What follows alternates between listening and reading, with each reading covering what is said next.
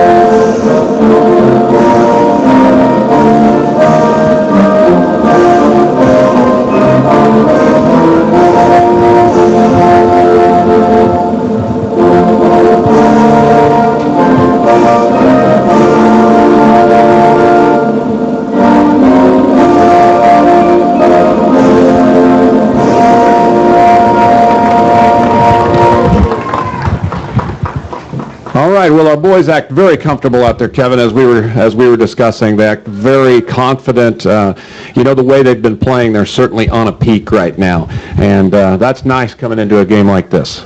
Well, the game that they came off of from Tuesday night, they're certainly feeling good. That 10-0 victory. And then the game before that was, of course, against Benton. And Benton's a tough team this year, and they beat Benton 3-0. And every game before that had been a lot closer. And when they played Benton, you could see a difference that day. Certainly, all the parents were coming up to me saying, "Hey, this looks like a state championship team." That's right. And I agreed with them. We put a lot of shots on goal that day. The score, was 3-0, but it did not reflect the way that we dominated that game. Okay, so the boys are lining up in that complex formation that I mentioned on the pitch, and we're getting ready for the kickoff. And just like American football, there is a kickoff, and usually what happens is somebody touches the ball and then they kick it backward first. But in this case, they did move it forward right from the beginning. So Smithville has it out on the wing, send it to the midfield. Alan Klein steps in, stops the ball, takes the ball, and Hornets are already looking good, controlling the game. Got the ball over on the far side of the pitch. Ulysses Rojas. John Klein in the middle. Alan Klein in the middle. Okay, Smithville just intercepted the ball from a pass. And they are in the 18. That's where we got to get that out of there. Got to stop that. Good stop. They know what they're doing when it comes to setting up plays. They cannot let that happen, Kevin, and that is what we were talking about before the game, is when a defenseman, when they get beat, somebody has to sweep around behind and become that last man. There can never be that we're beat and somebody's not sweeping around behind. They certainly don't want to stand there and watch. Because what happened there was Trent Moore, they got around Trent Moore, and there was just nobody behind him to help him out. Nobody there. We just about got through there. We had a big kick up into the 18 at the Chillicothe goal. And let's see, Stephen Cooper out to John Klein, and John looks like got pushed from the back a little bit and therefore choked the ball out of bounds. And we're going to have another throw in. Yep, looks like this time Chillicothe. It looks like Ulysses back is stepping up to throw the ball, throws it in. Oh wait, a handball there wasn't called, but it did get kicked into the Smithville hand. Chillicothe still has possession. However, Smithville did just intercept it. Ball is back at midfield at around the 50-yard line. Trent Moore. Cal's getting in there fighting. Cal Tonebush. Yeah, good job, Cal. Ball's out of bounds on Chillicothe, and when the ball goes out of bounds, again, I don't want to talk down to the crowd tonight, but certainly Chillicothe has always been a football town, an American football town, and so I want to make sure to describe things as well as I can. And so when the ball goes out of bounds on a team, it becomes the other team's ball to throw in. And when they throw it in, they got to keep both feet down, throw it overhead. So there are rules to throwing it in. Good save there by Brandon Murray. Yes, sir. They kept a little lax out there. They thought the ball was going to roll out of bounds, and it did not roll out of bounds. And Smithville is really attacking us hard tonight. Smithville just took a shot, went wide left.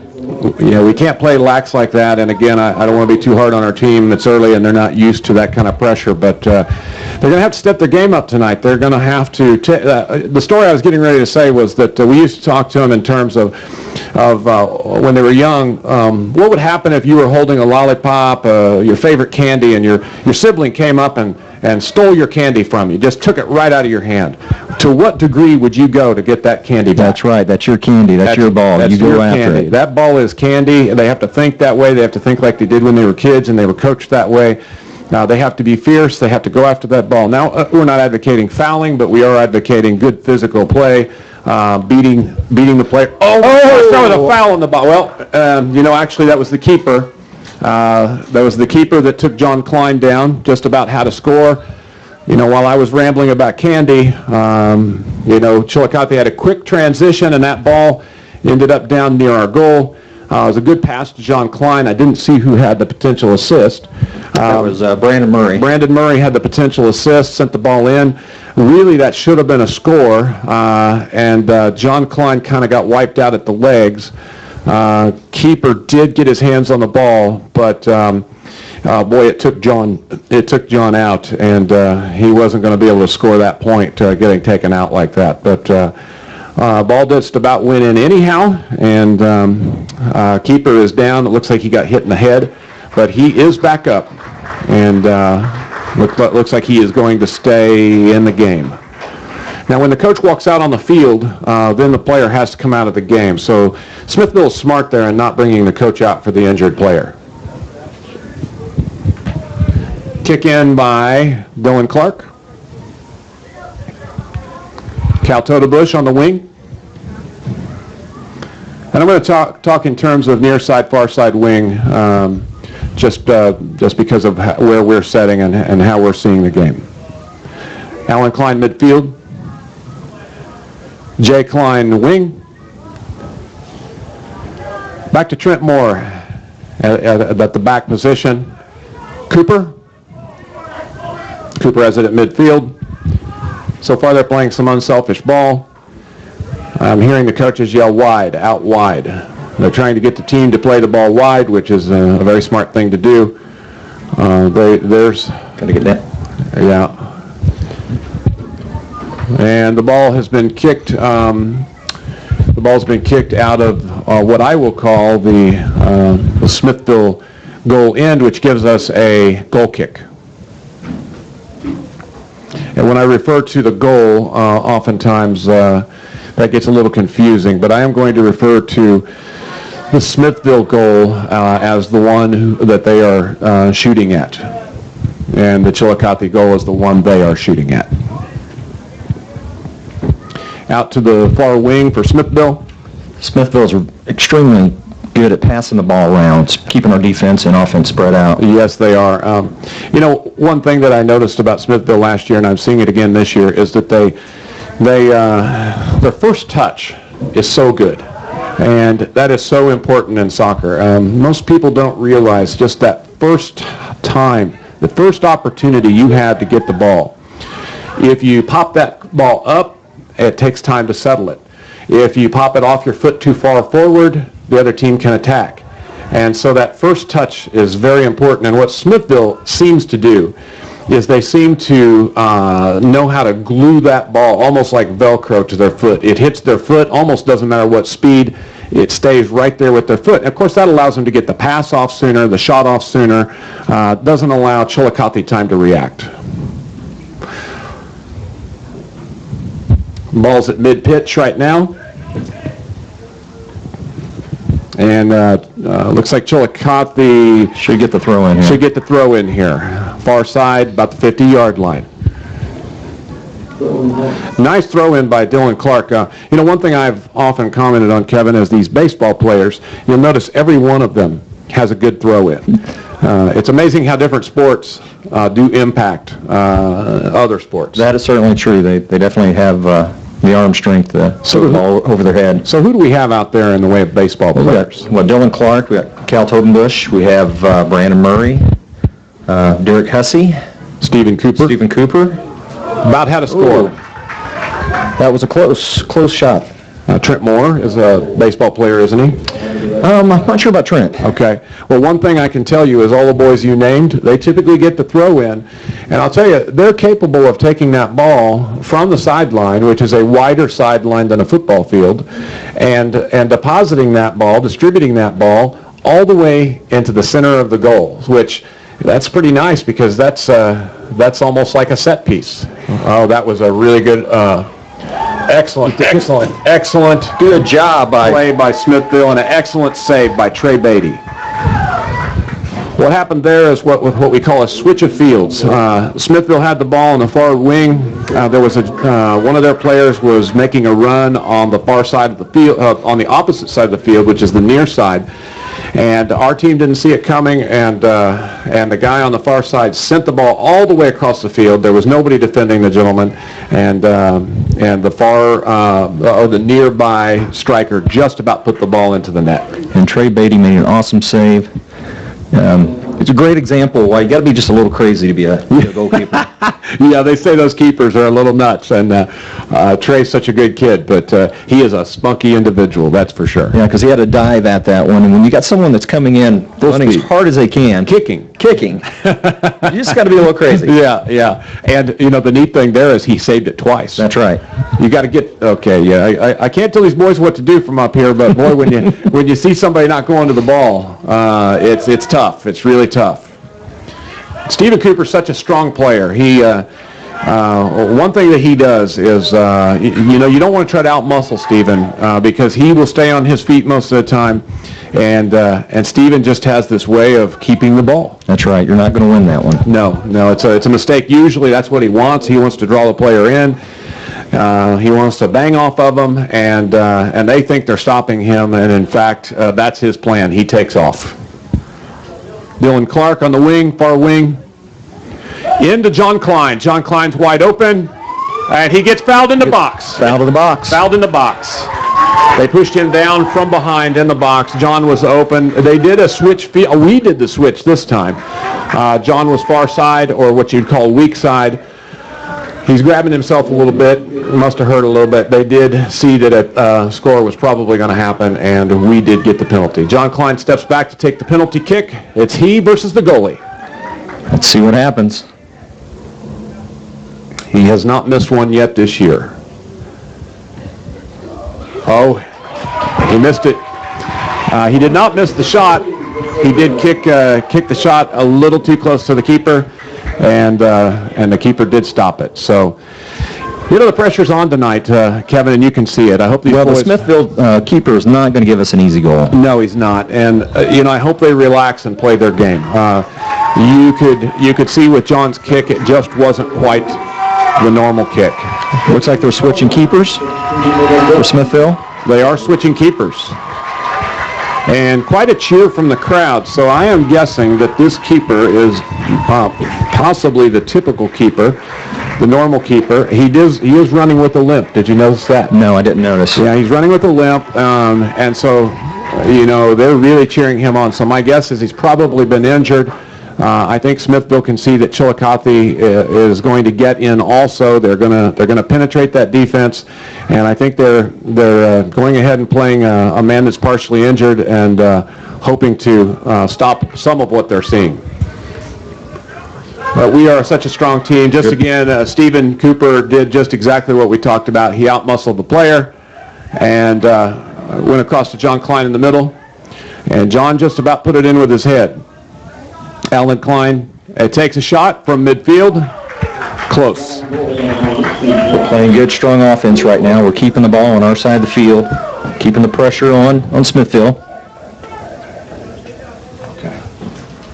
Okay, I just got word that the goalkeeper, who is actually wearing headgear, had a brain tumor, and I don't know whether this is his first game, but I would guess that is the case based on the cheering that I've heard. It looks like he has recovered from a brain tumor enough to play here tonight, and so here's what I have to say, Kevin. Go keeper. Exactly. I mean, that's awesome. Way to step in there, Ulysses. Ulysses Rojas steps in to intercept the ball from Smithville. Alan Klein with the ball. Derek Hussey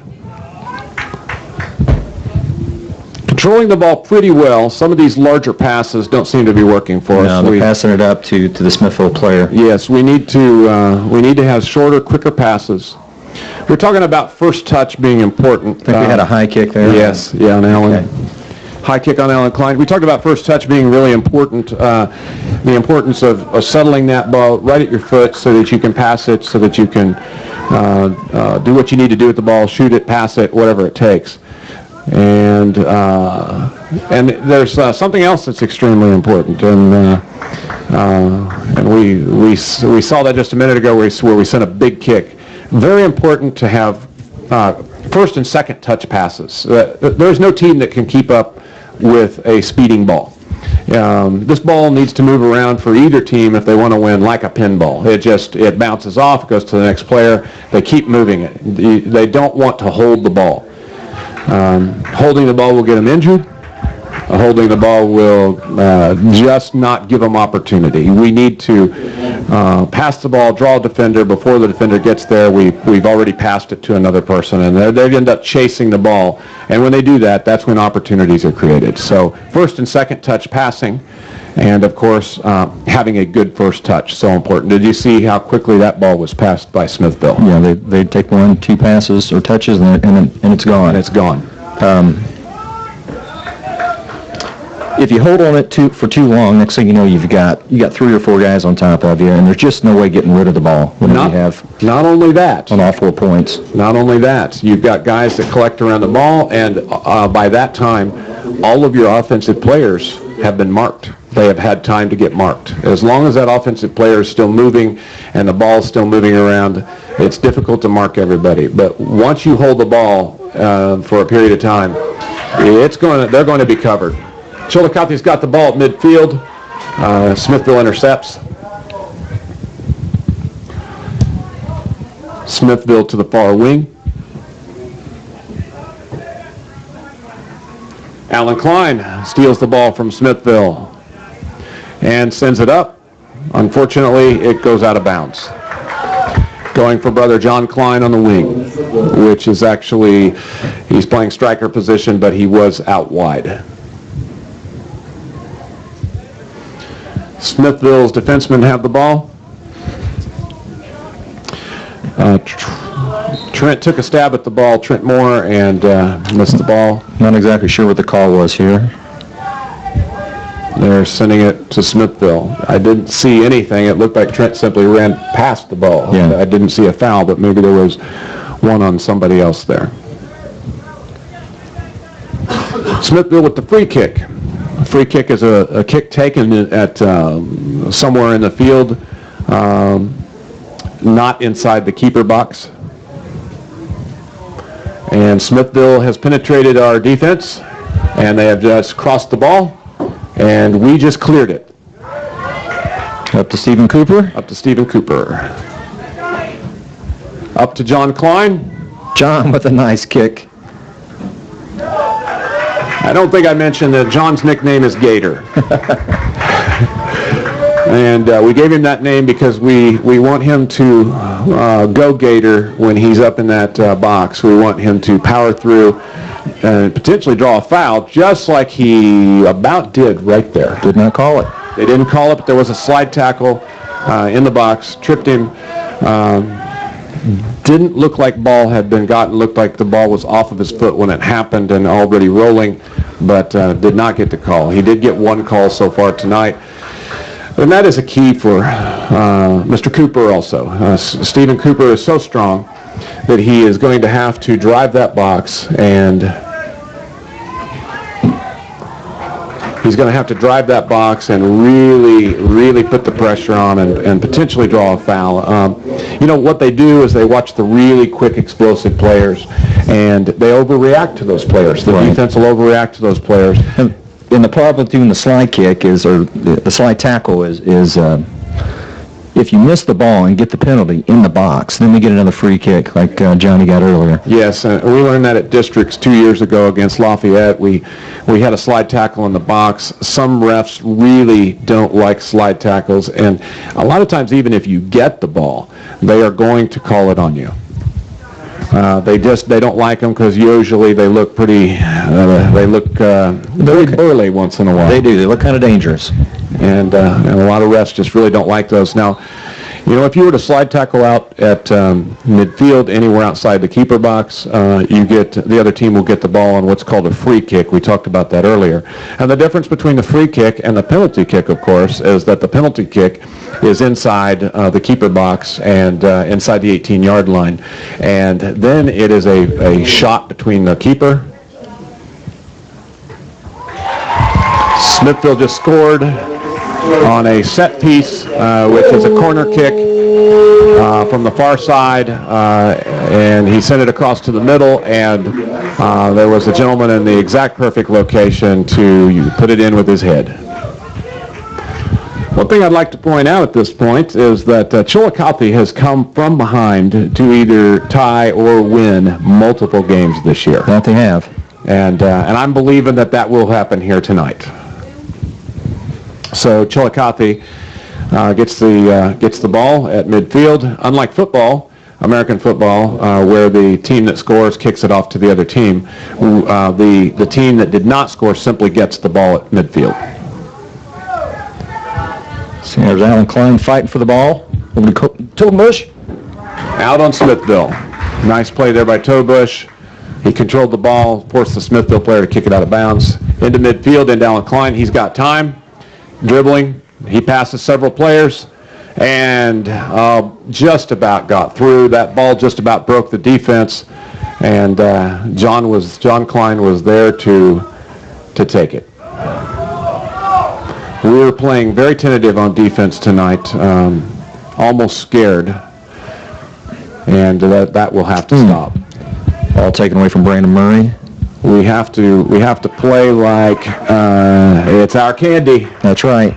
Cannot let them have it. You got to picture that as your sibling, and you're going to take that candy away, and they're not going to get it back. You're going to go get that ball. It's a little bit like the water boy. I think it was the water boy where he had to kind of picture something that made him a little bit angry. That's right. Something that frustrated him. And then he played football in a completely different way than he would otherwise. So this is what they have to do. Ball's back on the defensive side. Brandon Murray with the steal. He's taking it upfield. He's almost at midfield now, and he's still going. And passes it off to Derek Hussey, still going. Brandon has moved up. He is past midfield. Back to Derek Hussey. And I think the coach has said, let's put some offensive pressure on this team. Looks like the ball's going to go back to Trey Beatty. The ball was kicked back to Trey Beatty by the Smithville team. If the Hornets had kicked the ball back to the keeper, Trey would not have been able to pick it up. But since Smithville did, he was able to pick the ball up and punt it.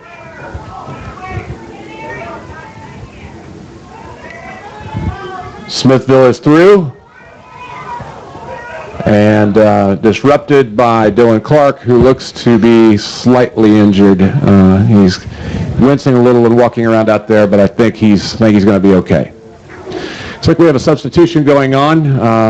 Alan Klein, A-Train, is going out of the game, and Lane Bonder is coming in the game.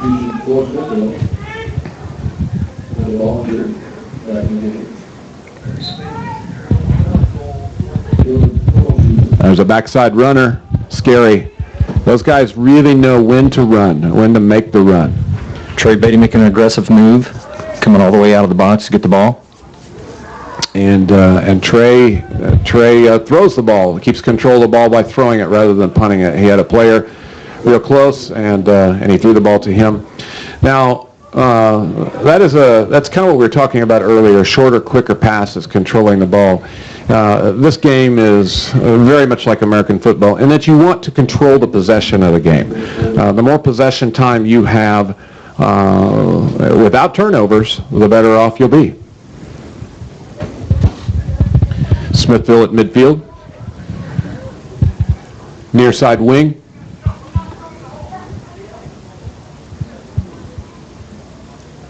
Up to the forward, the striker. We've got to attack that ball. Can't Yes, leave it open like we're overlapped. We have just about a bicycle kick by the Smithville player. A bicycle kick which he didn't fall to his back. They're going to have to start calling some of the pushing in the back here tonight because some of these boys are getting hit hard enough it looks like they're going to get whiplash. And that is the worst kind of foul in football, of course, is a clipping foul. You can't see it coming, and when you're focused on the ball, you're looking at the ball, you're looking who you're going to pass it to. Into the box, Chillicothe did penetrate the Smithville defense, but they did gain control of it and send it back out. Far side wing. Ulysses Rojas intercepts.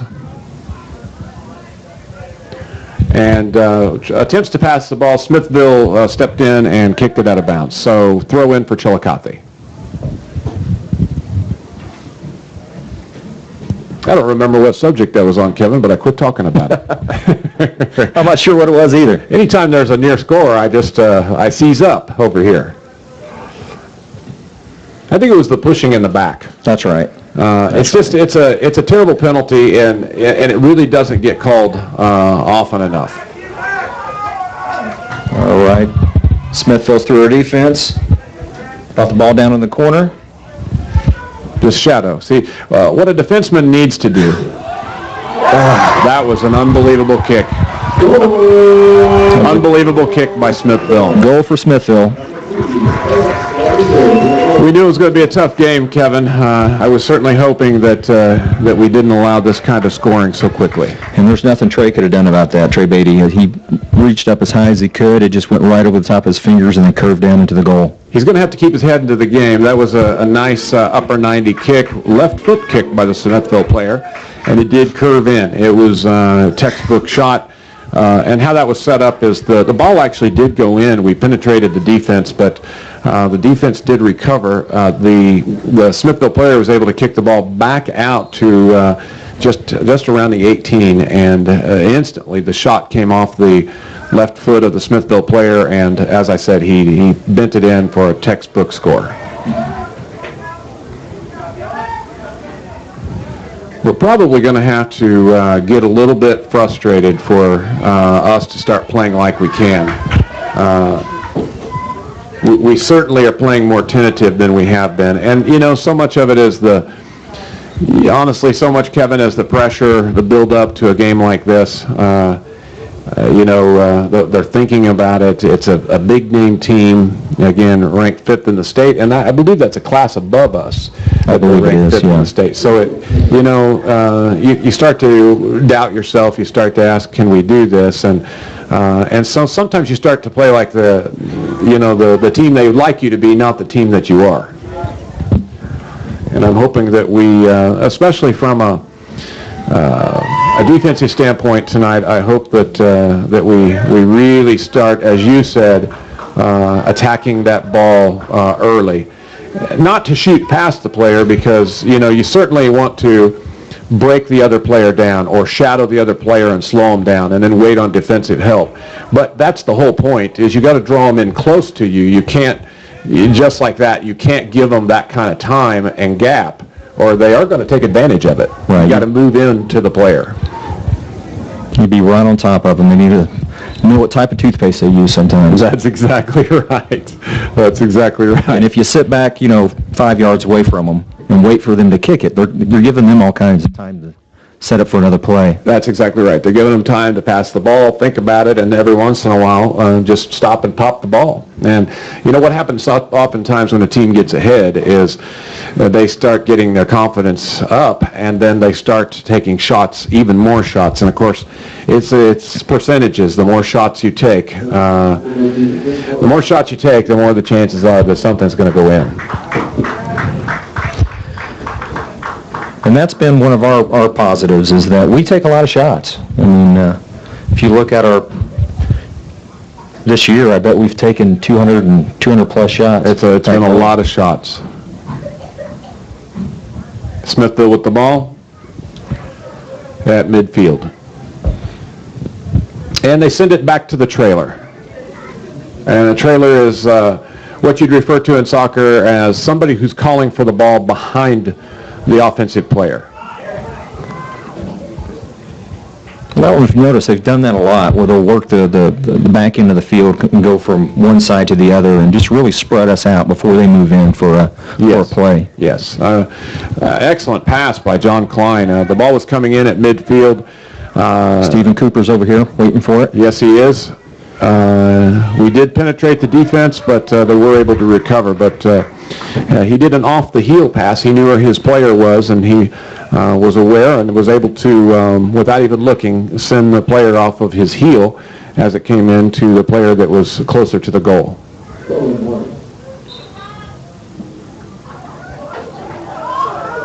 You know, right there we had a call against Chillicothe.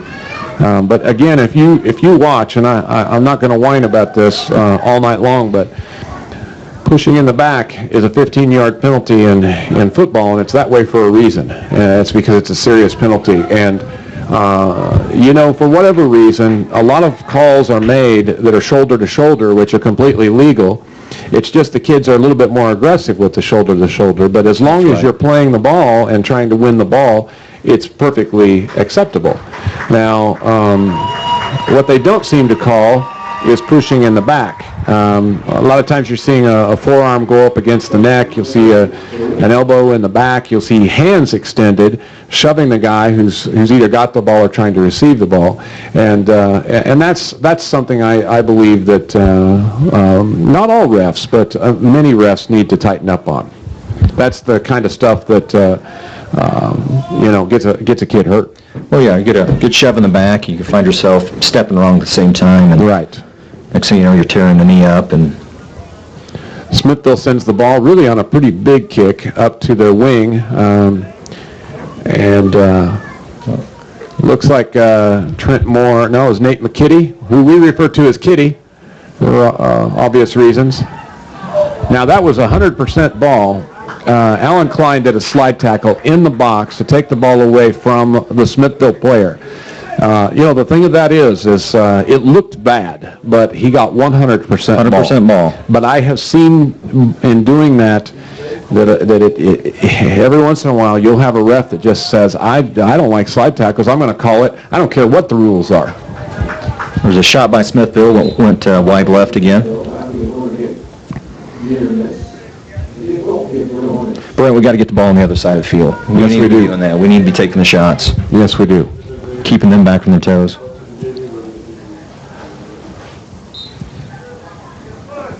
Brandon Murray to take the goal kick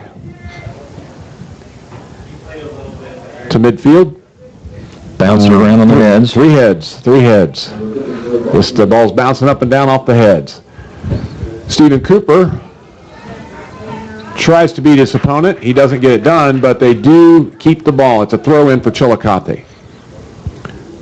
John Klein is the lone striker right now, and that isn't a good sign. That's kind of what you're talking about, Kevin, is that anytime you start to see players fading back, you start to see a lone striker, and you see midfielders falling all the way back to defense, you're not controlling the game, and that becomes a very difficult game to win from an offensive standpoint. But you'll find yourself with one striker and have four guys on top of you, and the offense not setting up. John Klein got hammered in the back of the neck again, over the top of his head. You can hear the crowd yelling. They went over his back. John was just about to score, and a defenseman came jumping over the top of John Klein and really hit him in the back of the head pretty hard. And of course, he raised his hands like, "What's going on?" to the ref. You know, we try to teach him not to, talk too much to the ref or mouth them or whatever. But every once in a while, you just start to get frustrated when when a call's not made, and it's kind of a continual type of circumstance.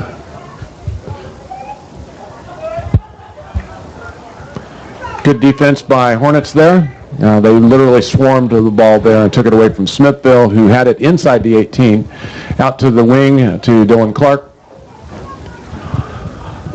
Up the field to the corner.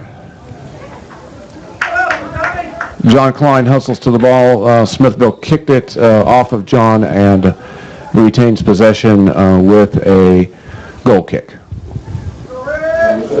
Here's what's happened, Kevin.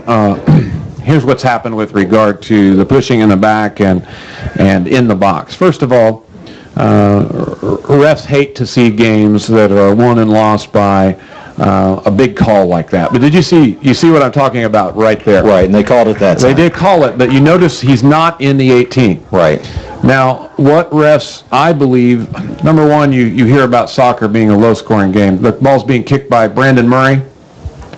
Just really sends it into the right spot, which I refer to as the danger zone. That's right where that ball should have been sent, and we just about got a score out of it. Throw in for Hornets. We're going to pop that ball in. Cleared by Smithville. Ulysses Rojas at defense. Chillicothe throw in out on Smithville. But what I was saying is they seem to call those in the midfield because it's not a crucial area. They don't call those in the box. And I think the kids get to where they know they can get away with a little bit more in the box because the ref is going to be a little bit more tentative about making a call in the box because it's such a crucial and big call. The unfortunate part is that, a couple of things is it does take points away from the other team. And, soccer gets accused of being a low-scoring game anyway. Mm-hmm. And I've often said if they would just call the game in the box the way they do out of the box, two things would happen. One, more points would be put on the board because you'd have more penalty scores. But the second thing that would happen is you'd have more typical scores as well. And the reason is they wouldn't be fouling as you're shooting. That's right. The shot will come off, there'll be more shots. And I've always believed that. Did you see that tackle? I did. A guy literally takes Alan Klein and does a Greco-Roman wrestling move, picked him up and slammed him to the ground. Wrapped his hands around him, picked him up and slammed him to the ground. Unbelievable. And then Trent Moore just faced a very similar situation.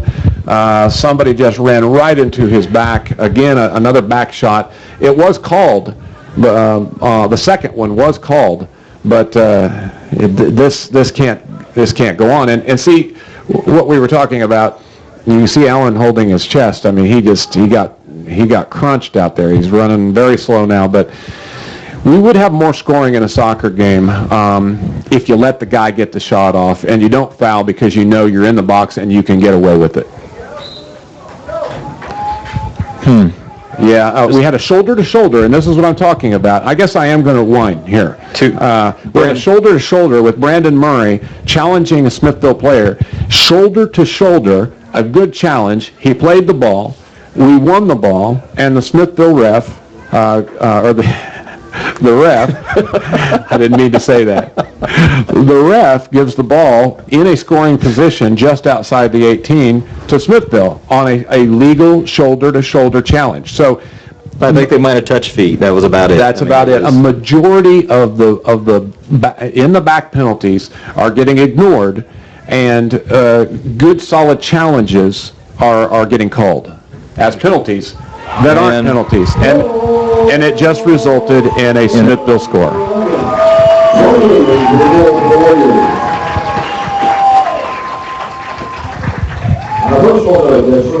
And Trey Beatty is down in the goal. Made a good effort on stopping that and just hit the ground pretty hard, I think. It probably just kind of knocked the wind out of him. Yeah, he took a pretty good dive. I'm not going to take anything away from the way Smithville's playing, and you've heard me somewhat criticizing Chillicothe tonight for playing a little bit lax, and you've said the same thing. You're seeing it. But I will say this, it isn't, you don't want to see a game where a call like that becomes what sets the game apart between winning and losing. These kids are taught shoulder-to-shoulder challenges, and just because a kid challenges hard doesn't mean it's a penalty if he plays the ball. And in that case, Brandon won the ball. So hope he keeps his head up because he did nothing wrong out there, but it did result in a Smithville goal. I don't think that'll phase Brandon any. Not going to rattle him. No, not at all. He's been taught better than that. That's right. We've got a little under 5 minutes left in the half here, and hopefully we can get on the board here in the next 5 minutes. Well, I want to tell you that I still fully believe in Chillicothe and their ability to win this game tonight. They are going to have to make some changes. There is going to have to be some discussion about aggressiveness. There's got to be discussion about playing your game, staying aggressive, playing like they are a different team than who they think they're playing. There's a good steal by Brandon Murray. Yeah, a good steal by Brandon. Taking it upfield. And loses control of that on the sideline, but not before advancing it all the way to half field. So that's good. Okay, Chillicothe's got the ball. Got to stay offside or onside. And we did stay onside. It was a good pass by Stephen Cooper. Dribbled the ball upfield, sent it off to John Klein. John was having a hard time remaining onside. That's where I like to see the passes get off a little quicker so you're not stutter-stepping trying to. Great header by Stephen Cooper to John Klein. And they just continued shoving in the back, right in the box, well, just outside the 18 this time. But we certainly didn't get a call there on an illegal move, which is about the exact same place that Brandon did a legal challenge at the other end of the field.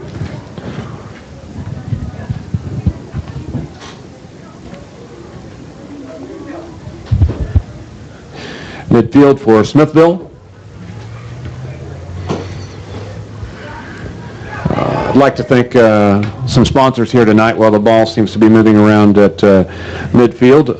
Golden Corral, Woody's Automotive Group, Woody's Outdoor Power Equipment and Body Shop, Farmers Insurance, Citizens Bank, Hutchison and Company with Allied Insurance, Total Bush Farms, Investors National Bank, Mel Gregg Insurance with Grand River Insurance, the Chillicothe Constitution Tribune, Chillicothe Booster Club, BTC Bank, Trenton Coca-Cola, The Wave 105.9, and a special thank you to Jim Bly and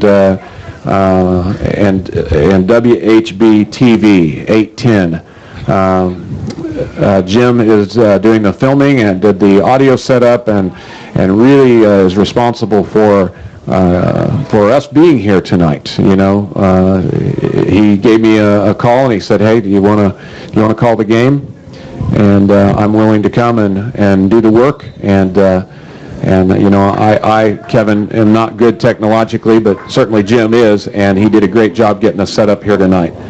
And I would also like to have a special shout out to Chuck Haney, who helped put this together and helped raise the sponsorship to be able to make this possible. And if it wasn't for the sponsors, we would not be here calling this exciting game tonight. And I do believe this game will be an exciting game. My prediction is that Chillicothe is going to put some points on the board. We're so strong offensively. We've been playing right. We got to, as you said earlier, we got to keep playing our game.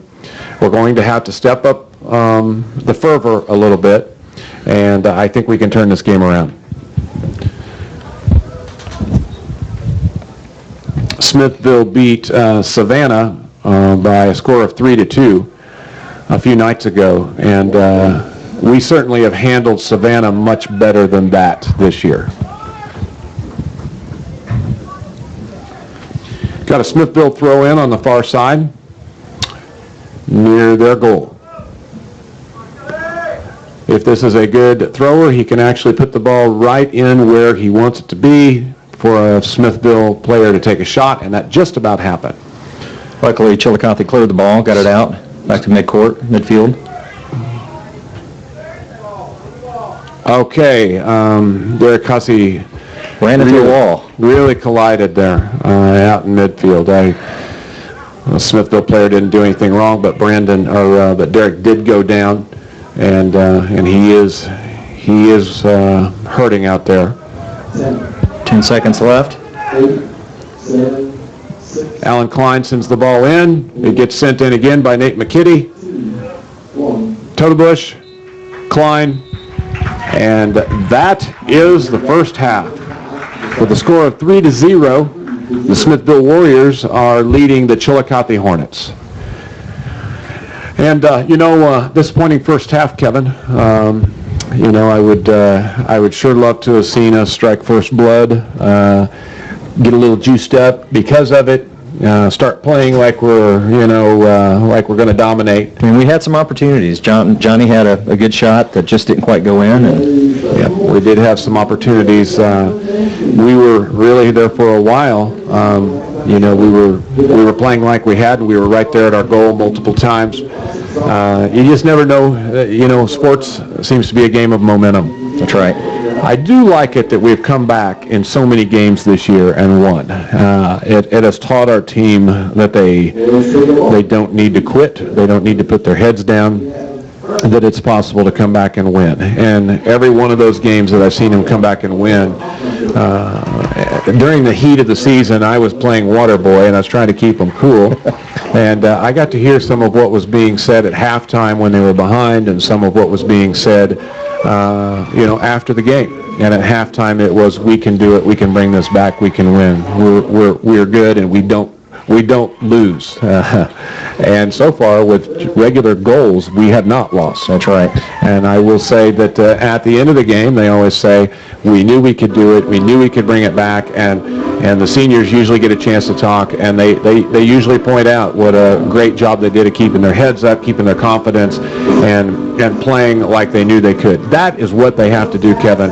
They have to play like they know they can. They have to play with confidence. They can't back down to anybody. That's right. They've got to stay on the ball. They cannot let like you said, that's their sucker. They've got to go after it. Yes, it's their candy. It's their sucker. They got to go after it. They have to treat it like the sibling that just stole it from them. And you know how that is. That's right. You know what would happen if your younger son, which is his name is Austin, and he took Brandon's candy and took off running and just jerked it right out of his hand. What lengths would Brandon go to get that candy back? To the ends of the earth. So if Austin ran into the bathroom and locked the door behind him, break the door down. He would break the door down. Buying a new door. Yeah. So that's the kind of thing that has to happen. So. And that's what happens, like especially on defense. Sometimes they find themselves sitting back, watching the offensive player coming at them, thinking about it. Where's he going to go with the ball? And sometimes you just got to think. You got to go after it. Yes. And just hope that your fellow teammates are coming around, covering your back. That's right. They have to win every 50-50. And in soccer and in other sports, basketball, you refer to a 50-50 as both teams have an equal opportunity to get to that ball. And you have to go after that ball with fervor. You have to believe that ball is yours. You have to believe you own that field. It's your domain. It's where you live. It's where you feel at home. It's the place where you dominate. And that is the kind of mindset that you have to play this game and play it well. If you watch good teams, professional teams, or MLS teams or European teams, Barcelona is the team that it amazes me that more teams don't emulate Barcelona. They have won multiple championships. Their teams do well when they assemble a lot of the players from Spain and they go to the World Cup. A lot of the same players, and they have a great first touch on the ball. They don't do long passes pretty much. They do short passes. They do quick short passes, 1 and 2 touch passes. And so they also have defenders who really slow the ball down. They slow that player down, and then they have great looping around defensive support. When the defender's down to the last guy, he plays him really tight, but he shadows him and he waits on defensive support. And so you got 1 and 2 touch passes, good off the ball movement, and what that means is you kick the ball, you run, you overlap. People are always moving; they can't keep up with you. You're playing with confidence. You're moving, and of course the thing that we were talking about is you explode to that ball. You own that ball. There is no doubt, and you put doubt in their mind that they can even keep up with you, and that's the kind of way that you have to play if you want to dominate in soccer. That is what Barcelona does. Not many teams play like that. I can't believe it. As many times as they win and as great as they are, so many teams play with big kicks and they don't have that mentality of I'm going to get to this ball. Right. They go crazy, like a spider monkey, to get that ball back. So anyhow, that's what I hope we do second half, and if we do, we'll be happy with the results because I know Chillicothe is very capable. Okay, I'd like to say thank you to Mary Bly, who is working the board back at 105.9 The Wave. And Mary is going to thank our sponsors, play some advertising, and pay tribute to our sponsors. She does a great job on the board. And so we're going to take the next 3 or 4 minutes, and probably 3 minutes, and thank our sponsors.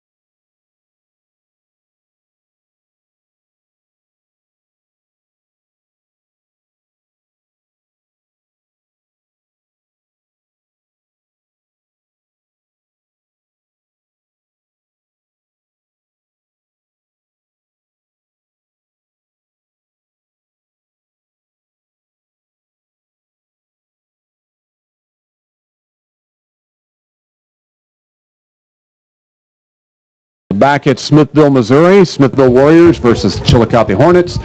It's a great night. The sun is down now. Lights are on.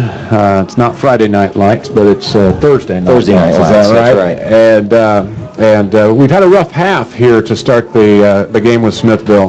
The boys, you can see that they're a little bit disappointed. But as we said before the half, they are not quitters. They have come back multiple times, and I believe that they have a very good chance of coming back here tonight. But it is going to be that in order to do that, we have to play like it's our ball, our field, our home. We have to dominate out there. Every single time that ball is kicked and there's a 50-50, we have to be the ones to own it. And these boys knew this was going to be a tough game. They're not going to give up. No, They're going to play to the last minute. Yeah, they knew it was going to be tough. It's kind of nice. It's not a team that you just expect to come in and win, and then you're down 3. That's right. There maybe is a reason to hang your head a little bit then, but this is a team that they knew was tough. But I believe we can play with them.